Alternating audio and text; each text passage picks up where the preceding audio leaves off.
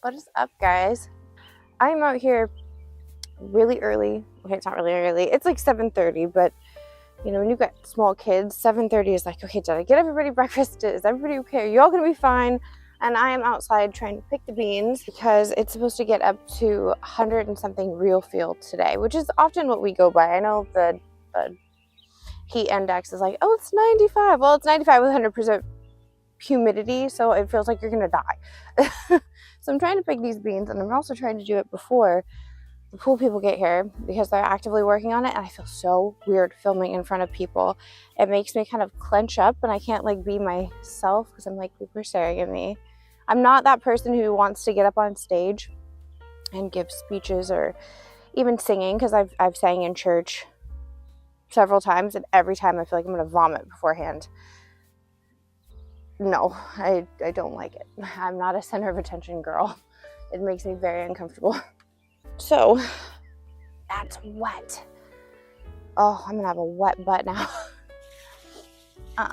So these are the beans, bush beans.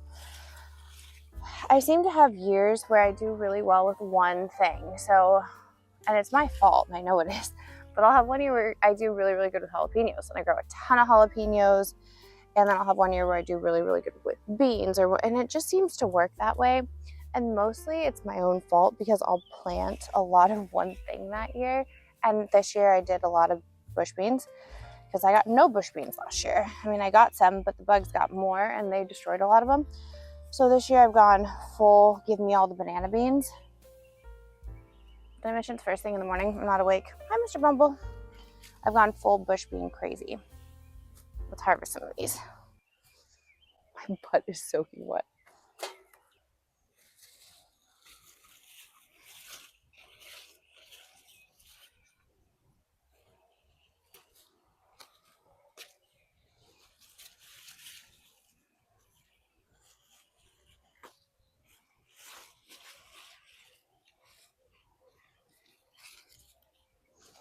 Kind of go off of the stickiness of the beans.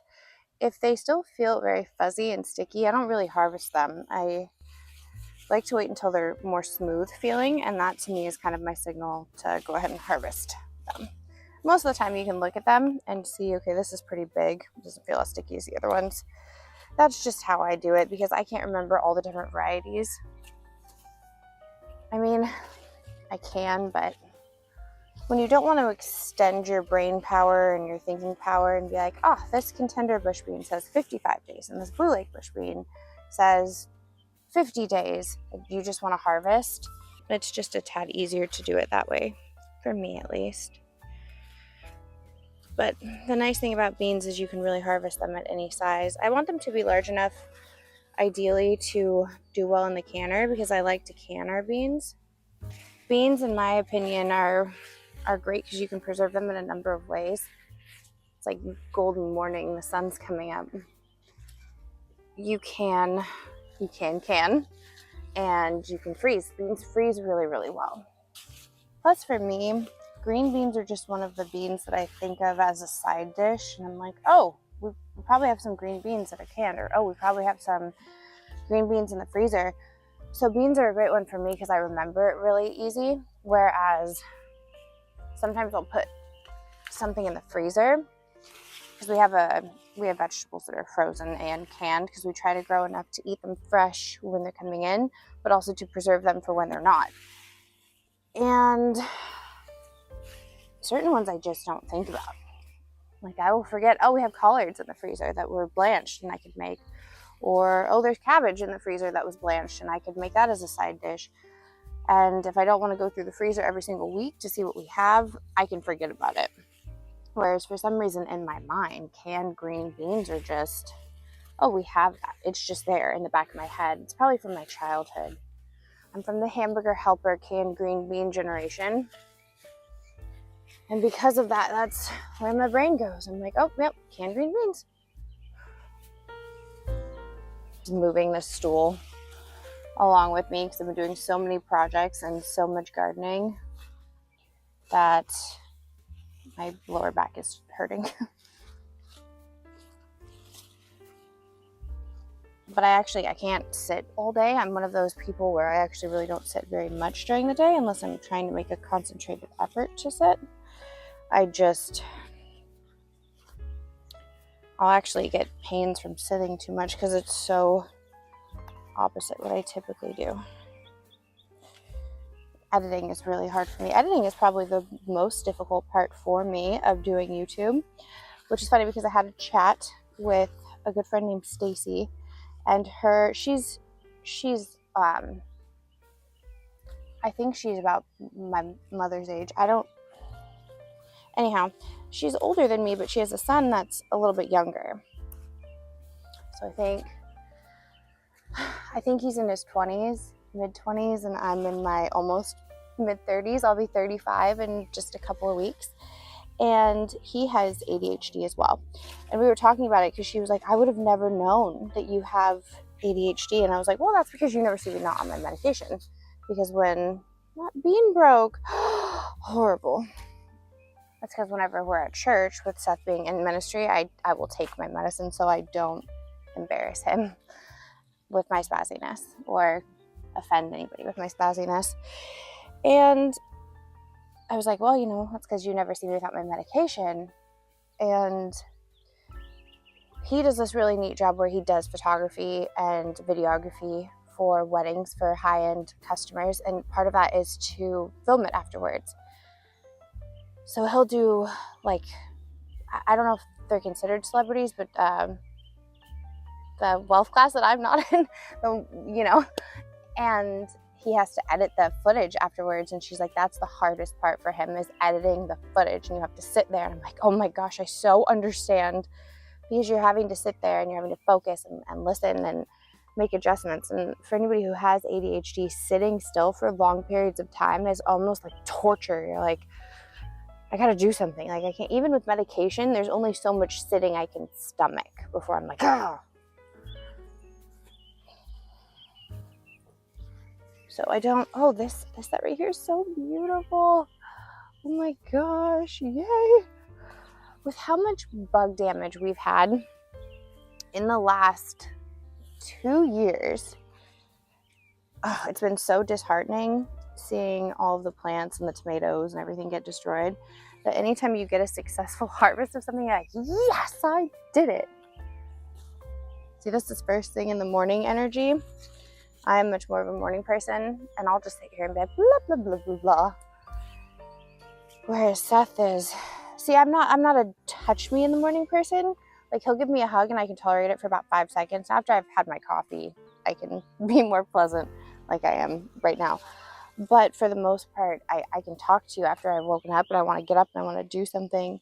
So I would go to bed super early if I was able to, but Seth doesn't like that. He's like, Tasha, we're not 80. You can't go to bed at 8:30. I'm like, but it'd be so nice. And then we could get up even earlier and get a jump on our day. And he's like, I don't want to get up any earlier. And we go to bed together at the same time. He was in the Navy for 10 years. He was on submarines. And we spent a lot of nights apart. When he got out, we were like, we're not doing that again. I missed you too much. So now we jokingly call each other our emotional security blanket, because our son, all of our children have a blanket they were given when they're little. And they get, how kids are, they get attached to their blanket until they're not anymore. And then it becomes a memory in the box. And so we call each other our emotional support blanket, because I don't want to go to sleep without each other there. Look at these beans. I'm so happy. So yeah, so the pool people should be out soon. And that's underway. It'll be nice to be able to film more freely. I say that, but then we always contend with the neighbors over there, so I don't know.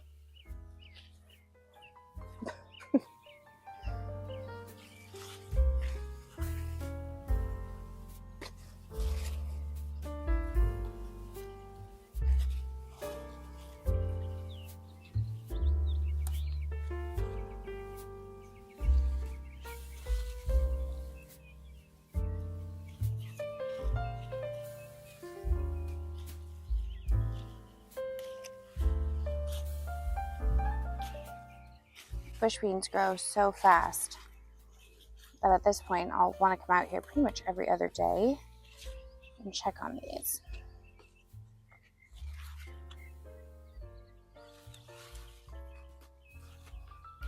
And even if I harvest some of them smaller, I'll separate them in the kitchen. Be like, okay, these ones are quite a bit bigger. We'll go ahead and we'll can those. We'll eat the smaller ones as more tender, kind of French style beans.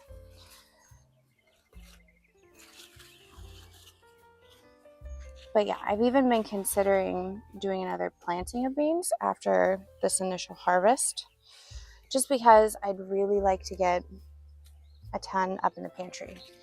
I'm also keeping an eye, or trying to keep an eye on my tomatoes. See, I flipped the camera around so you guys were facing this way, and now you're facing this way. And sometimes I get questions like, why does your camera change? Well, because I move you, and I don't do that thing where you go in and you flip the video. So it's just not something I worry about. For me, it's literally get through the editing process or there's no videos. And sometimes I struggle with that with the garden tours, because I do like to put photos in, but at the same time, sometimes after editing a 2-hour garden tour that I'm trying to get down to an hour, I'm like, I can't do this anymore. Because what I do is I edit it and I put the titles in, and then I'll go back and get the photos and plug them in, just because it takes a really long time and it'll interrupt your progress if you're going in to find the photos every 5 seconds. So it's easier to do it all at the same time and have that kind of be your goal is, okay, right now I'm looking for photos. But sometimes I'm like, oh, this could have been done an hour ago if I wasn't putting photos in, and I'll question myself. Like, is it better to put the photos in, or is it better to get the garden tour done?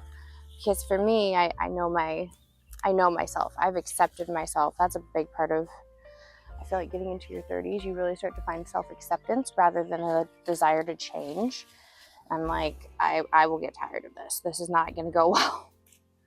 So I've decided that if it becomes that circumstance where it's either you have a garden tour or you don't, because I got tired of putting photos in, some weeks there might not be any, and that just has to be okay. Like, look at that. That's excellent for our little row right here.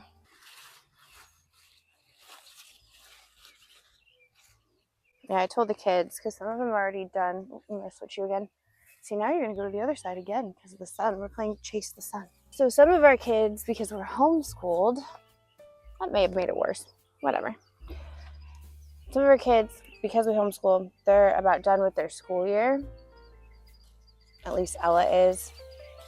And because I'll let them homeschool during the summer, because it gets really hot during the summer. And you almost don't want to go outside, with the exception of, going to play in the pool now. We didn't have that in the past. And I'd be like, all right, well, if it's too hot to go outside and you've already exhausted all of your other things that you want to do, let's work on some schoolwork and get ahead. So I will encourage them to do, I don't push it like a schedule, but I encourage them to do some schoolwork during the summer when it's too hot to go play outside. Because they'll typically go out first thing in the morning or in the evening. They really like to go out in the evening in the summer and play when it's cooler out. Because of that, they often get pretty far ahead on their school stuff. And so I've got several that are just about done. So I was like, after breakfast, those of you who are done, you're welcome to come out and help me pick bush beans. And their dad was like, which means you're going to go help your mother pick the bush beans, which I love him for that.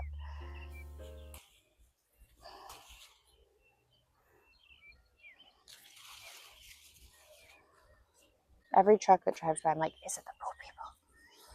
Do I have to put the camera away now? Or at least, it's not so much having the camera on as much as I'll probably focus on the vegetable side of things. Filming little pieces of the picking process. Just because it's weird having people listen to me. I don't know, I should probably get over that. I should probably be like, yeah, I'm an adult and I do this. And it's great. And I don't care if you watch, but I'm too shy in nature. I'll work on that. Hopefully. Maybe.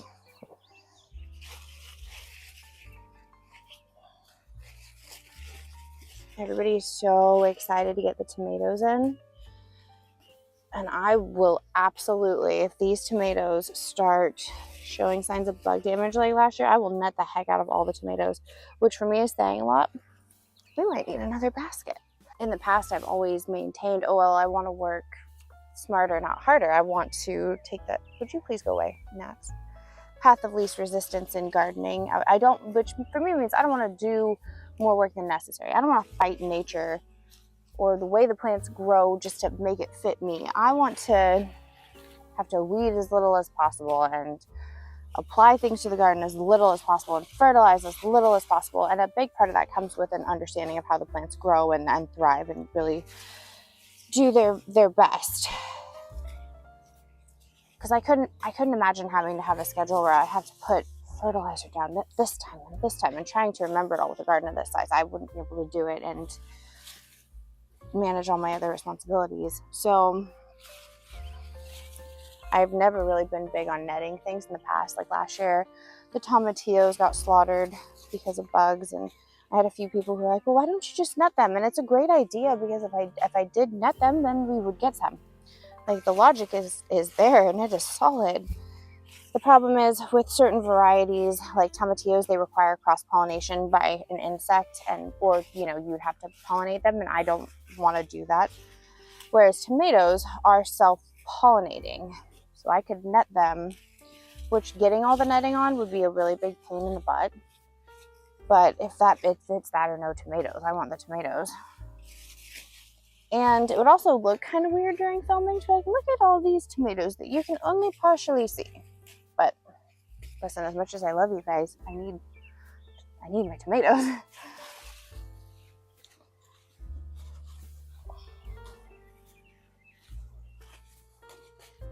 We're gonna need another basket.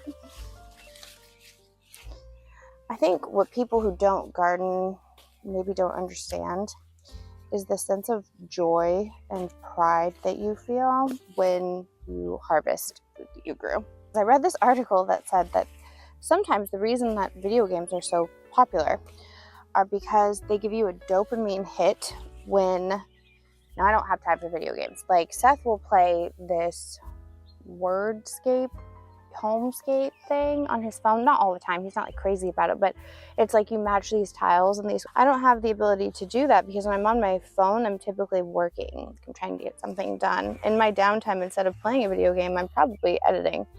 And regardless, but the article was basically saying that when people play video games, especially live action games, like, okay, so Layla loves Harry Potter. We all do. We will have Harry Potter marathons in our house. And she, a couple of years ago, really wanted this Harry Potter PlayStation game for Christmas. And all the kids will play it from time to time. And you like move up levels and oh, I broke it. You move up levels and you do things like that. And it's kind of those video games where people in the article were discussing, where every time you accomplish a goal, it's like a dopamine hit. Oh, I accomplished something. Oh, I did something.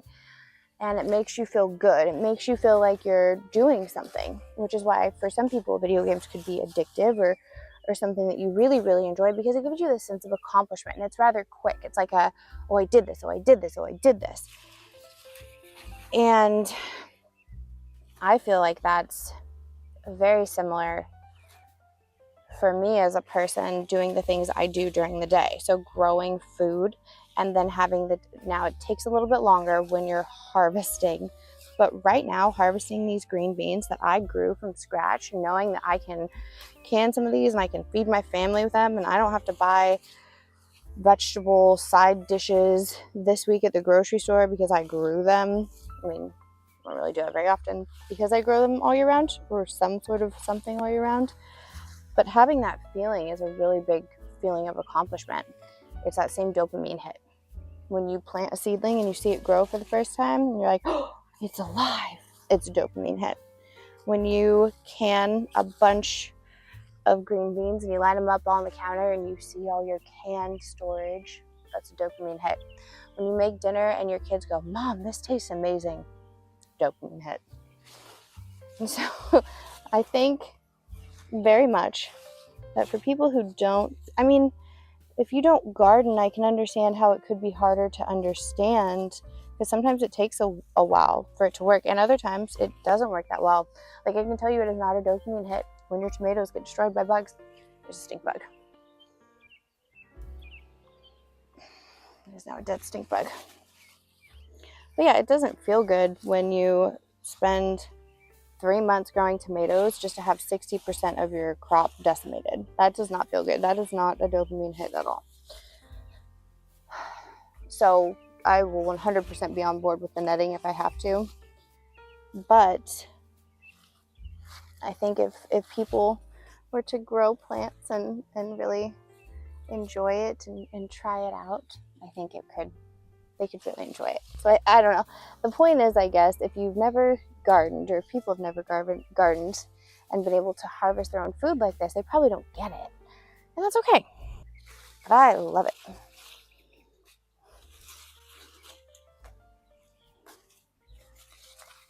I really should have moved my chair at this point. I'm so excited. Look how full his basket is. Wow.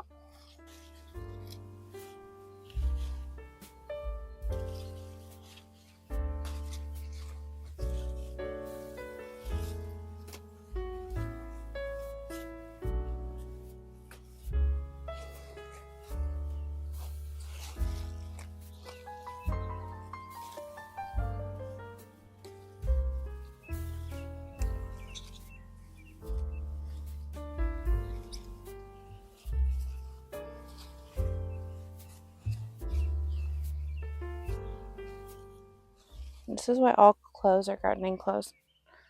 So then I have that understanding. All clothes are gardening clothes. Never buy me expensive things. I will ruin them.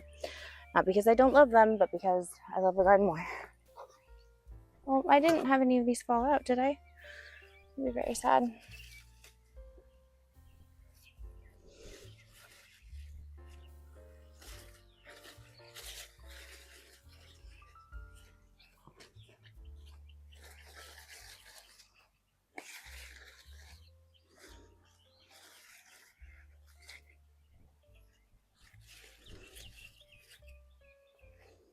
All right, I think this wraps up this section right here. Now we're going to move on to another one. Now, not all of these sections are going to be as far along, but that's okay. I also wanted to harvest some flowers as well. We're probably going to skip the sweet peas just because our cats have no sense of, hey, you shouldn't eat that or mess with that, and sweet peas are toxic to cats. So we're going to skip on that. So I have these metal vases. I'm going to add a little bit of water so that way, nothing gets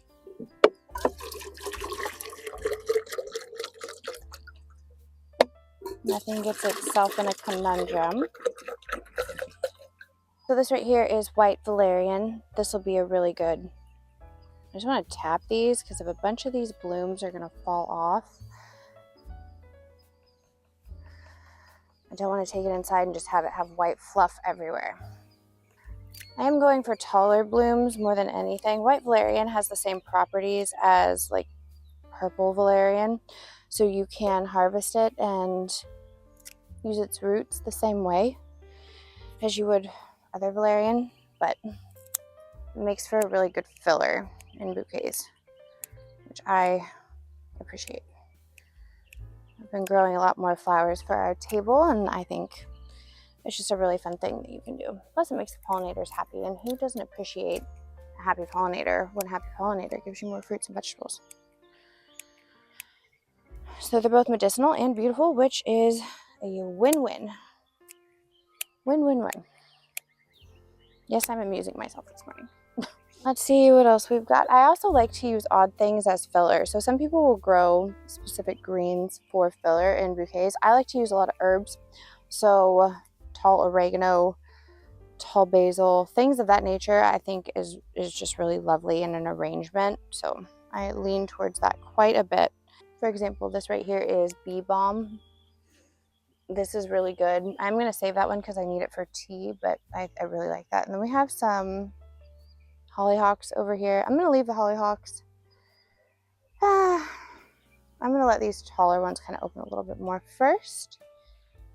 I've got some oregano down there. Okay, so this right here is purple top verbena, which is purple valerian, which is your more traditional valerian that's used. But bee balm makes a wonderful, not bee balm, catmint makes a wonderful green filler in a bouquet. The only problem is if you have cats and you use it in a bouquet, forget it.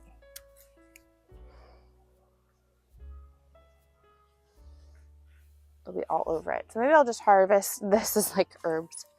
You can see I'm trying to make decisions. It's super duper fun. Yeah, asters are starting to open. I'm definitely gonna do some bee balm.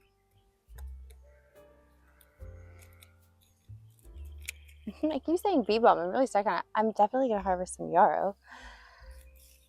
I like yarrow because its leaves are medicinal and the flowers are beautiful. So it's a double-sided thing, which I think is great. So with the yarrow, I like to come through and harvest it all the way down at the base and then shuck the leaves off. You can use those for herbal tea.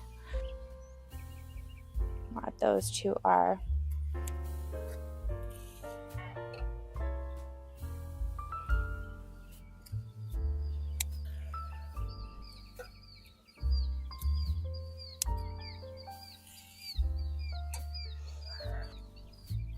With most flowers, they're cut and come again, which is great.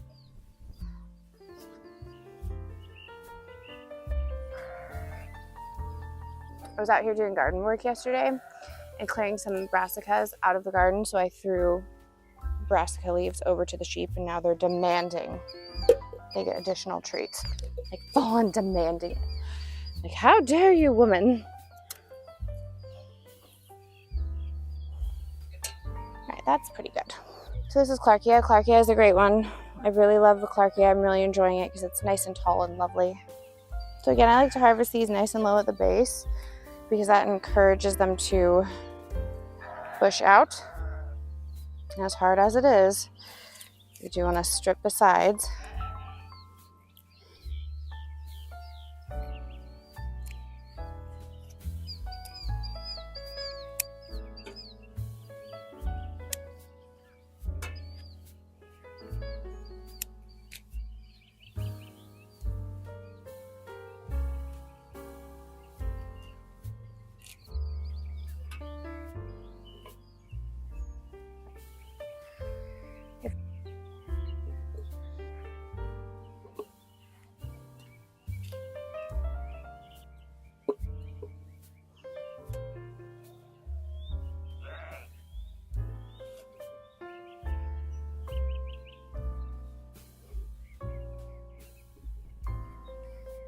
Parsley, which is a really good filler when it's flowering.